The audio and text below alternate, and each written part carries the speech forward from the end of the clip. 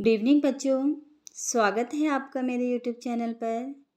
आज मैं आप लोग के सामने क्षितिज के काव्य खंड के का पहला पार्ट जो सूरदास जी का है उनके द्वारा रचित जो पद हैं उनका अर्थ बताने जा रही हूँ। तो ये सूरसागर के भ्रमर गीत से लिए गए हैं।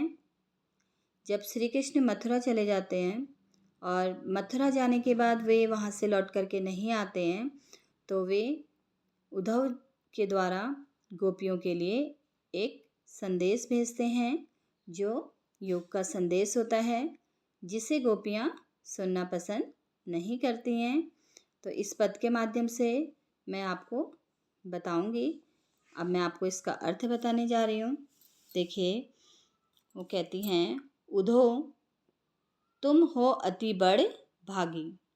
गोपियाँ कहती हैं कि हे उद्धव, तुम बहुत ही ज़्यादा, बड़भागी का मतलब होता है भाग्यशाली, यानी कि हे उद्धव तुम जो हो बहुत ही ज़्यादा भाग्यशाली हो। दूसरी लाइन वो कहती हैं, अपरस रहत स्नेह तगाते नाही मन अनुरागी।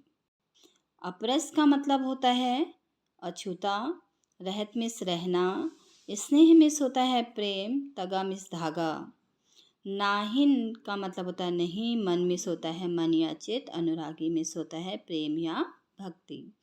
वो कहती हैं कि श्री कृष्ण के साथ रहते हुए भी आप जो हैं उनके प्रेम के धागे में नहीं बंधे और ना ही आपका जो मन है उनके प्रति जो है आपकी कोई भक्ति रही, आपके मन में उनके प्रति कोई भक्ति नहीं रही।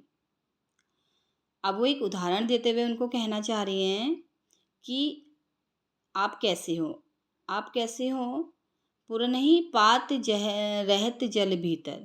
वो कहती हैं कि जिस प्रकार कमल का पत्ता जल के भीतर रहता है, तारस देह ना दागी, लेकिन उसके ऊपर उस पत्ते पर जल की एक भी बूंद नहीं रहती है, उसी प्रकार आप भी हैं।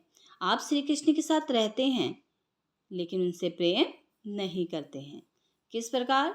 जिस प्रकार जो है कमल का पत्ता जल के भीतर रहता है लेकिन उस पर जो है उस पानी की एक भी बूंद नहीं रहती है, अर्थात दागी में होता है धब्बा, वो नहीं रहता है।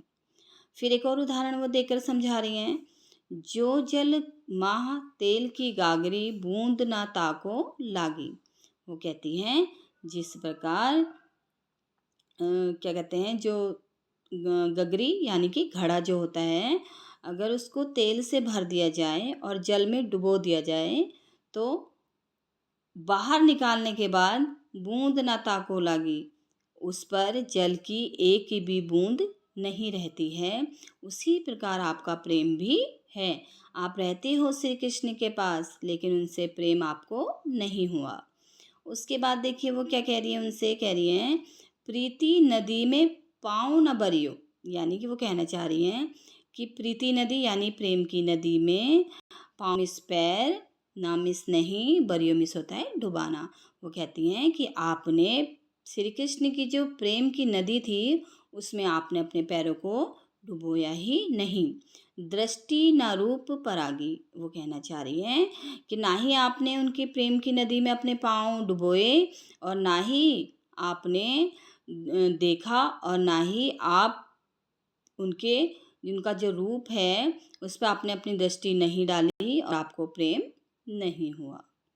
सूरदास अबला हम बोरी गुरु चाटी जो पागी। ठीक है, उसके बाद वो कहना चाह रही हैं सूरदास जी के माध्यम से, कहती हैं कि अबला, अबला मिस आप जानते हैं होता है नारी। वो कहती हैं कि हम जो अबला बेचारी हैं, हम बोरी मिस भोली, भोली जो हम नारी हैं, हमारा प्रेम किस प्रकार है, हमारा प्रेम उस प्रकार है जिस प्रकार गुड़ चाटी जो पागी, यानी कि चाटी मिस यहाँ पर होता है चीटी और गुड़ मिस होता है गुड़। जिस प्रकार गुड़ और चींटी का प्रेम होता है, तो देखिए कहीं पे भी अगर गुड़ हो, आपने देखा होगा वहाँ पर चींटियाँ एक लाइन बनाकर, कतार बनाकर वहाँ पर चली जाती हैं और गुड़ में चिपक जाती हैं। तो ये कहना चाह रही हैं कि जिस प्रकार गुड़ को देखकर चींटियाँ उन पे लिपट जाती हैं, चिपक जाती हैं और उनको छोड़ती नहीं हैं गुड़ को, वो अपने प्राण भी अंत तक उसमें त्याग देती हैं, पर वहाँ से वो नहीं जाती हैं, उन पे लिपटी रहती हैं, चिपकी रहती हैं। उसी प्रकार हमारा प्रेम भी है, हम श्री कृष्ण को भूल नहीं सकते। और आप जो हमारे लिए ये योग का संदेश लेके आए हैं, आप इस योग का संदेश लेकर के चले जाइए और हम श्री कृष्ण से अत्यंत प्रेम करते हैं।